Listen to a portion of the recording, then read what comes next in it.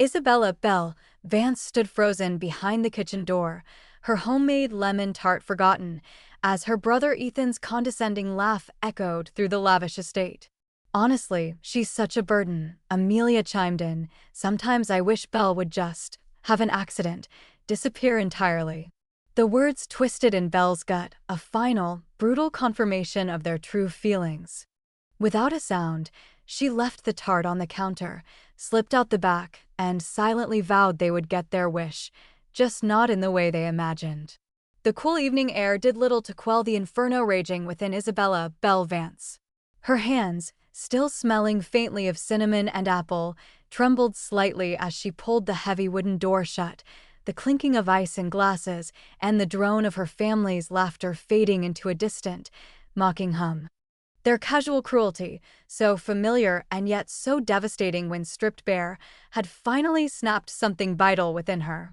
The tart, a symbol of her earnest attempt at reconciliation, remained untouched on the counter, a silent accusation. She moved with an almost dreamlike detachment, the familiar suburban streets blurring as she navigated her sensible sedan a few blocks away from Ethan's sprawling estate. The carefully chosen parking spot, nestled between an overgrown hedge and a seldom-used public park, felt like a deliberate act of disappearing, a prelude to the erasure they had so blithely wished upon her. Killing the engine, Belle sat in the sudden silence, the absence of her family's derision a stark, painful contrast to the echoes of Amelia's chilling words. "Maybe she'll be in an accident, then we wouldn't have to pretend."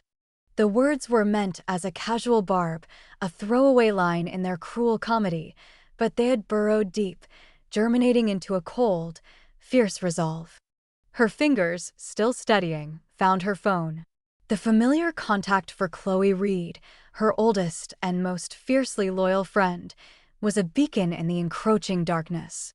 "Chloe," Belle's voice was unnaturally calm, a stark contrast to the turmoil within. "Can you meet me? The cafe on Elm in 20 minutes. It's important." Chloe, ever perceptive, heard the strained steel beneath Belle's composure. She arrived promptly, her eyes immediately scanning Belle's face, tracing the raw edges of a fresh wound. Belle, huddled in the corner booth of the dimly lit cafe, began to speak, her voice flat, recounting the scene, the hopeful arrival, the carefully chosen dress, the homemade apple tart, the casual barbarity of her family's words, Ethan's dismissive snorts, Aunt Eleanor's cutting jests, and finally, Amelia's casual, devastating wish. Chloe listened, her own expression morphing from concern to a simmering fury. "They said what?" she finally hissed, her hands clenching around her coffee cup. "After everything you've done for them? The times you bailed Ethan out, Amelia's loan she never repaid? It's beyond cruel, Belle. It's monstrous." Belle nodded, her gaze distant. "Monstrous enough to wish me dead. Or, at least, conveniently out of their lives." Her eyes, usually soft and empathetic, now held a glint of something sharper, colder. "But what if they felt what it's like to think I was gone? To experience, just for a moment, the panic of that loss? Without actually losing me, of course." Chloe blinked, processing the implication. Her anger, instead of cooling, solidified into a grim determination. "Belle, are you saying a hoax? A staged disappearance? A simulated accident?" She leaned forward, her voice dropping to a conspiratorial whisper. "That's extreme. But after what they wished on you, maybe it's exactly what they need. To face the crushing weight of their own words." The initial shock gave way to a calculating glint in Chloe's eyes. "Tell me everything. Every detail. We'll make them feel it." The aroma of burnt sugar and stale coffee hung heavy in the air of the quaint cafe, a stark contrast to the methodical chill that now settled between Belle and Chloe. Belle's voice was low, devoid of the tremor that had plagued it hours ago. "Interstate 89, just past the old mill exit. It's notorious for black ice in early spring, even if it's clear now. A multi-car pileup.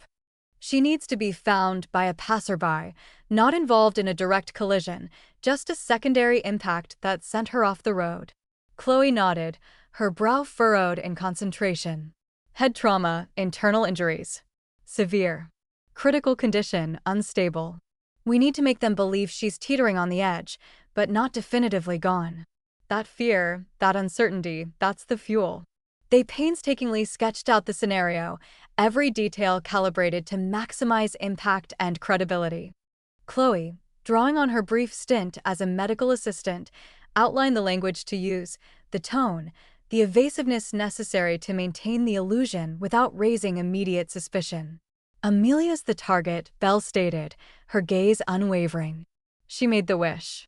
She gets the first taste of what it feels like. Hours later, the sun dipping below the suburban rooftops, Chloe dialed Amelia Vance's number from a burner phone. Her voice, when it came, was a masterclass in professional detachment, crisp and authoritative. "Good evening. This is Nurse Jessica from Metropolitan General Hospital. I'm calling regarding Isabella Vance." There was a momentary silence on the other end, then Amelia's voice, sharp with irritation. "Isabella? What about her? Is she bothering someone again?" Chloe's tone remained perfectly even, betraying no emotion. "Ms. Vance, your sister has been involved in a severe car accident on Interstate 89. She was brought in by ambulance approximately an hour ago. She sustained significant head trauma and internal bleeding. Her condition is critical, and we require immediate family presence." Amelia's dismissive irritation fractured, replaced by a choked gasp, then a frantic torrent of questions. "What? No, that's not possible. An accident? Critical? Is she alive?" Chloe offered just enough information to fuel the terror, maintaining the clinical distance of a medical professional delivering grim news. "We're doing everything we can, Ms. Vance. I strongly urge you and your family to come to the emergency department as quickly as possible. We need to discuss her prognosis."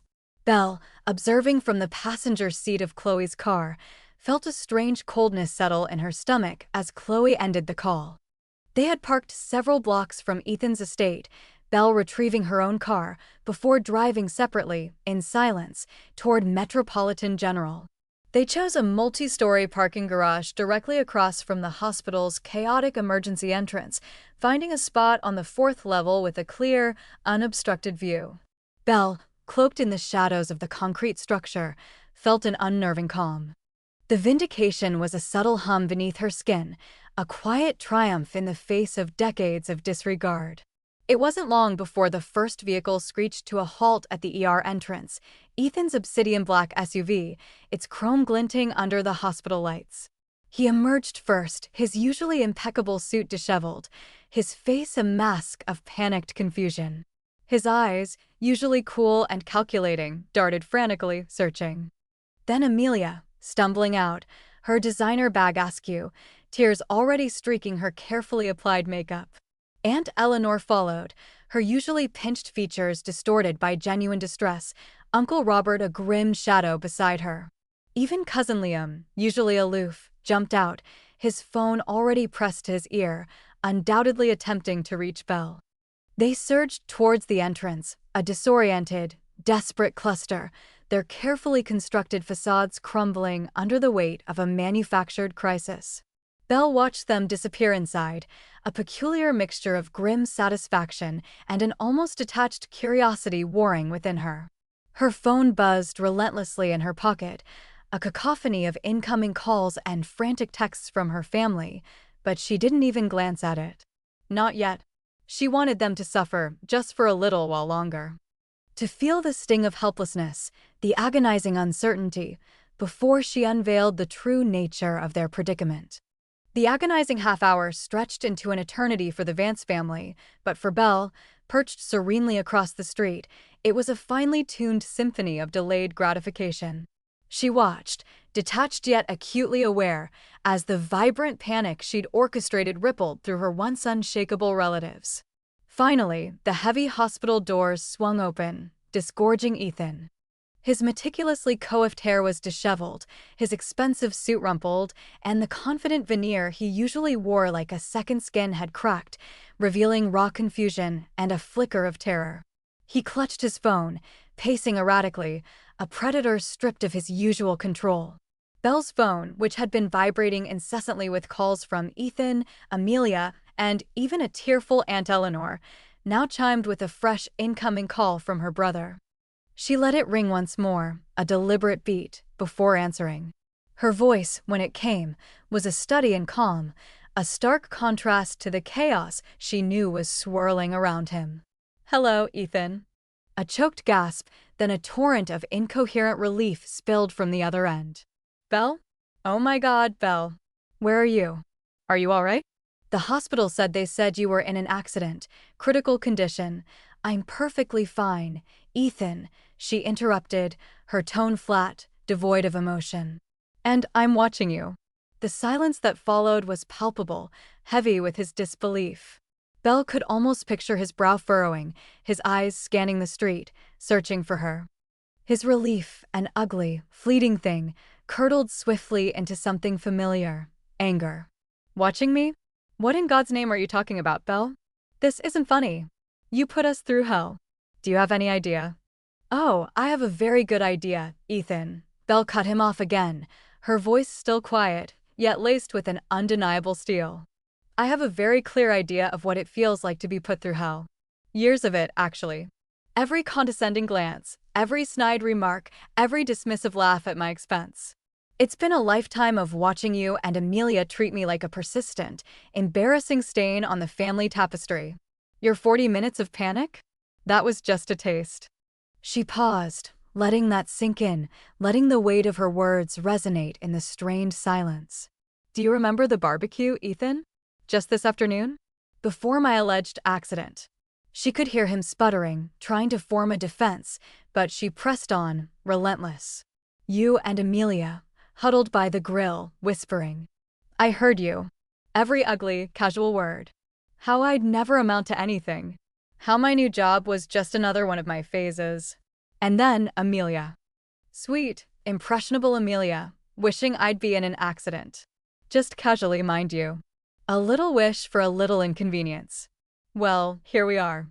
Belle heard a sharp intake of breath on Ethan's end, followed by a low growl of pure indignation. "That's unfair. You're twisting things. We were just joking. You're being melodramatic, Belle, just like always." It was a poor choice of words, nothing more. "Melodramatic," Belle echoed, a single, bitter laugh escaping her lips. "Is that what you call it? When you've gaslighted me for decades. When every achievement I've made has been met with either a backhanded compliment or outright mockery. When I've spent my entire life trying to earn a shred of respect, only to be constantly reminded that I am the family's resident failure, the one who just needs to lighten up." Her voice, though still composed, now carried an edge of profound exhaustion, the weariness of a battle fought alone for far too long. "No, Ethan. I'm not being melodramatic. I'm being clear. What do you want, Belle?" He demanded, his voice edged with a new, dangerous frustration, a hint of the old, dominant Ethan resurfacing. "An apology? Fine. I'm sorry if we hurt your feelings. Happy now?" "No, Ethan." "Not happy," Belle replied, her gaze fixed on his bewildered figure, shrinking slightly under the harsh hospital lights. "I want to be done. Done with the performance. Done with the toxic dynamic. Done with trying to convince you, or Amelia, or anyone in this family, that I am worthy of basic human decency, let alone love." She took a deep breath, the release a powerful, visceral thing. "Those 40 minutes you just spent frantically searching for me, believing I might be gone? That was a fraction of the fear, the isolation, the crushing disappointment I've felt for years. It was a taste, Ethan. A very small taste of what it might feel like to actually care about someone, and then realize you might have lost them because of your own cruelty." "Belle, wait," he started, his voice suddenly laced with genuine desperation, perhaps a dawning realization of the gravity of her words. But Belle didn't wait. She had said what needed to be said. The boundary was drawn, sharp and unyielding. With a resolute thumb, she pressed the end call button, severing the connection. Then, with an even greater sense of finality, she blocked his number, and Amelia's and Aunt Eleanor's. She watched for a few more moments as Ethan stood there, phone pressed to his ear, utterly bewildered and alone, before turning away. The initial sting of vindication had faded, replaced by a profound, almost painful sense of liberation. It was done.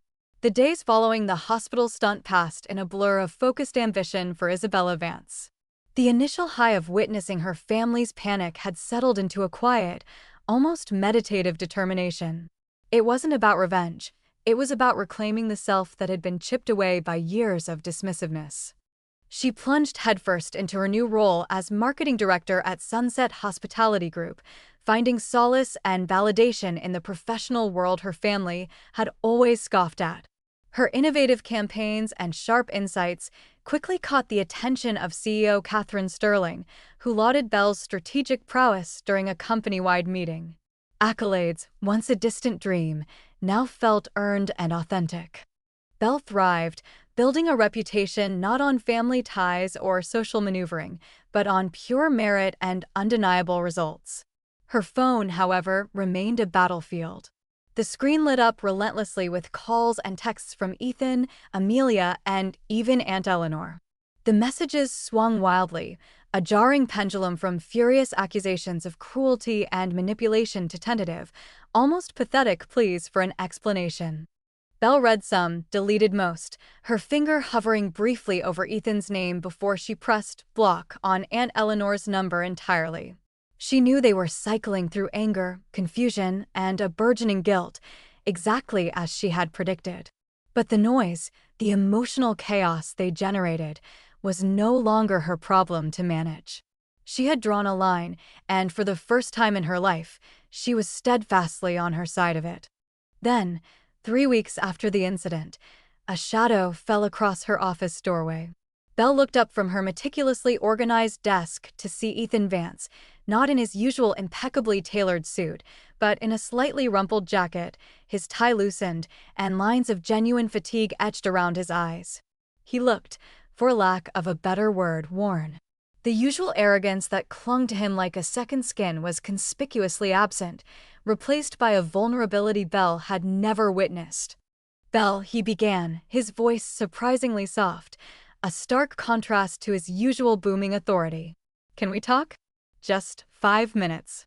Belle's guard, which had softened slightly with her professional successes, snapped back into place. "My calendar is booked, Ethan." He took a hesitant step inside, closing the door behind him with a quiet click. "Please. It's important. I haven't slept much. I need to say some things." His gaze, usually so dismissive, held a raw, searching quality. "The truth is, Belle," he continued, not waiting for her permission, "I've been a terrible brother. Always. And I think it came from a place of my own deep-seated insecurity." He swallowed hard, his eyes dropping to the floor before meeting hers again. "I mocked you, dismissed you, because I was jealous. Jealous of your resilience, of your quiet strength, of the fact that you never truly broke. And I needed to maintain my own fragile sense of superiority, to keep you in a box because it made me feel better about myself." Belle watched him, a slow burn of surprise and something akin to a flicker of empathy warring within her. This was not the Ethan she knew. This was a man stripped bare, admitting to the very toxic patterns she had endured for decades. He continued, his voice thick with a confession Belle had always longed for but never expected. "We, as a family, we've created this ingrained toxicity. It's a vicious cycle, and I've been a key player in it. I regret it, Belle. More than you can ever imagine." He looked up, his plea stark. "I know this is a massive ask, but I want to change. I want to mend this, if it's not too late." The admission hung heavy in the air, a fragile offering. Belle studied him, her sharp eyes dissecting his sincerity. The words were genuine, but the damage was deep. "One dinner, Ethan," she finally said, her voice steady, betraying none of the turmoil inside. "And we talk on my terms. Clear boundaries. No deflecting, no gaslighting, no bringing up the past unless it's to acknowledge fault. And if you cross those lines even once, this conversation ends. Permanently." Ethan nodded immediately, a flicker of desperate hope in his eyes. "Understood. Completely. Just, thank you, Belle." The meeting was set. Belle knew it was a risk, a crack in the carefully constructed wall she had built. But a part of her, The empathetic soul that had endured so much recognized the rare vulnerability in his confession. It was the first true stirring of remorse she had seen, and it warranted a single, cautious step forward.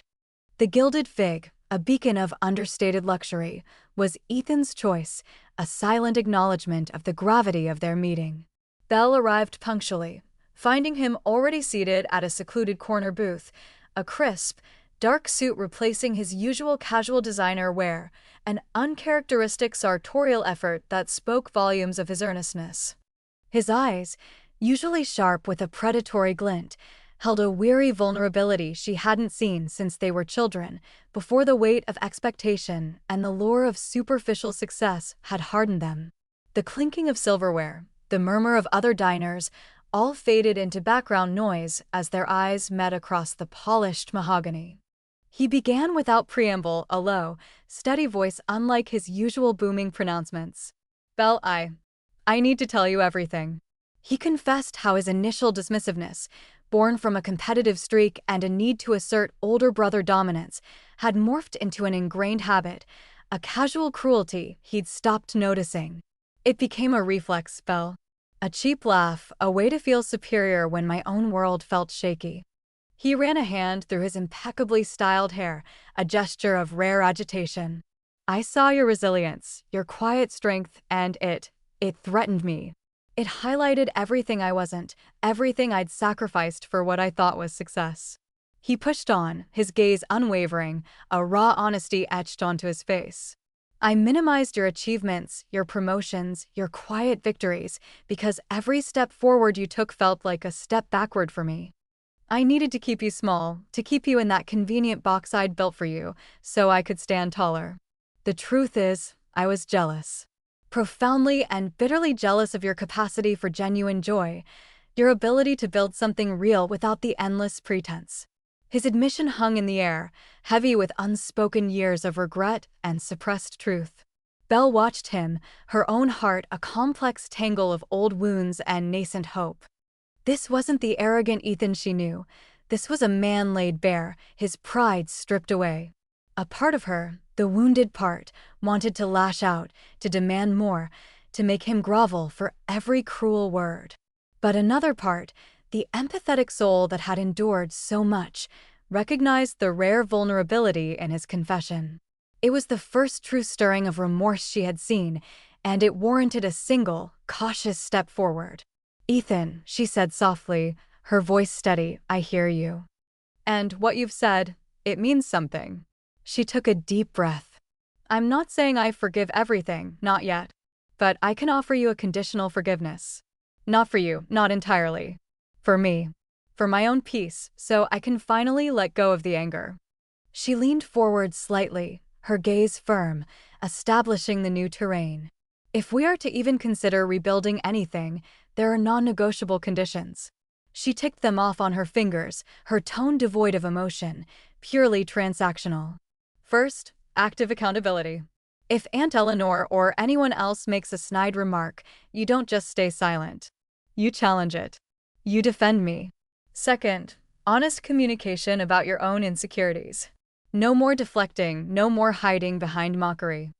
And finally, unwavering respect for my boundaries. My choices, my career, my personal life, they are no longer open for debate or dismissal." Ethan nodded slowly, his eyes reflecting a newfound clarity. He didn't flinch, didn't argue. "I understand," he said, his voice hoarse but resolute.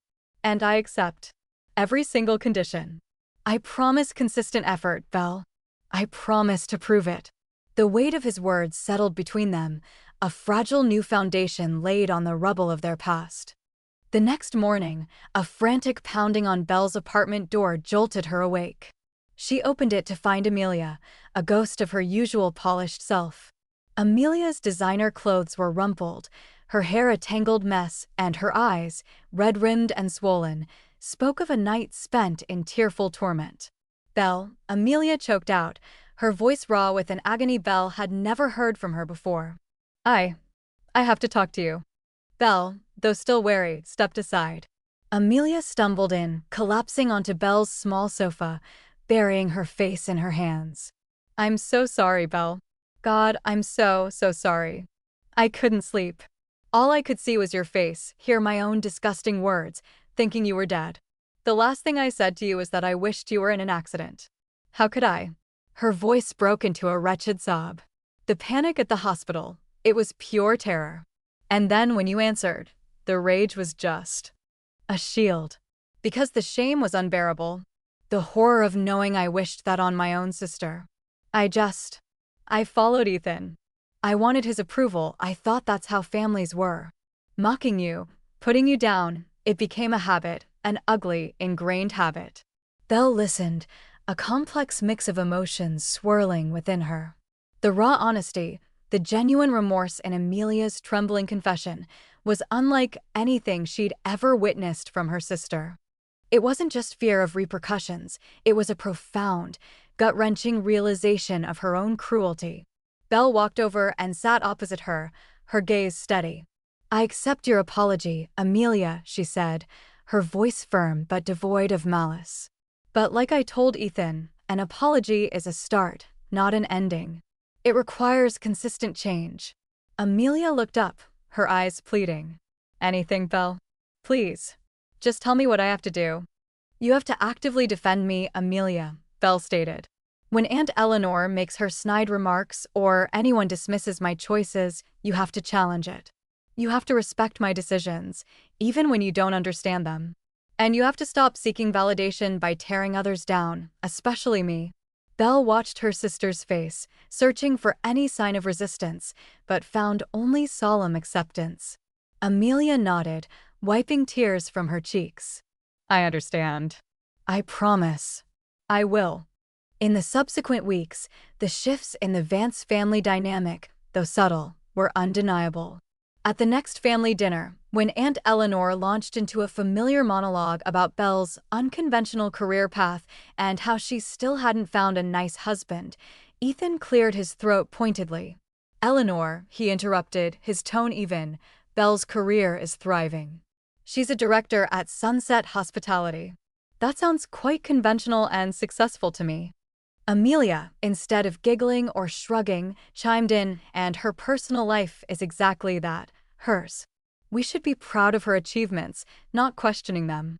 A tense, awkward silence followed, a silence Aunt Eleanor wasn't accustomed to. It was clear that the old playbook no longer worked. The laughter and casual dismissiveness that had fueled their cruelty were replaced by discomfort, forcing them to confront their own biases. The family dynamic, once rigidly defined by their collective judgment of Belle, was slowly, painfully, but noticeably beginning to shift. Months turned into a vibrant tapestry of achievement for Isabella Vance. Her corner office at Sunset Hospitality Group now hummed with the energy of a bustling command center, reflecting her accelerated ascent. A significant promotion to Regional Director of Marketing came with expanded responsibilities, overseeing the launch of 2 new luxury resorts. Belle thrived under the pressure, her acute perception and resilient spirit, once dulled by familial dismissiveness, now sharpened into formidable professional assets. Accolades from Catherine Sterling, the CEO, weren't just professional compliments, they were affirmations of her intrinsic worth, a value her family had so casually disregarded. Belle's professional success wasn't about proving them wrong, but about proving to herself what she was capable of, unburdened by their judgment. The Vance family dynamic, however, continued its slow, painful metamorphosis. Ethan, true to his word, became a different brother. He no longer masked his insecurities with arrogance, but openly discussed his struggles, seeking Belle's counsel on business decisions, often admitting when his ego had clouded his judgment. He actively championed Belle's achievements to any family member who would listen, and more importantly, in private, he became a steadfast advocate. Amelia, too, had shed much of her sarcasm. She'd enrolled in therapy, confronting her own need for validation and her past cruelty. Their interactions with Belle weren't forced, they were genuinely evolving, marked by a newfound respect and a quiet, consistent effort to foster a healthier, more reciprocal relationship.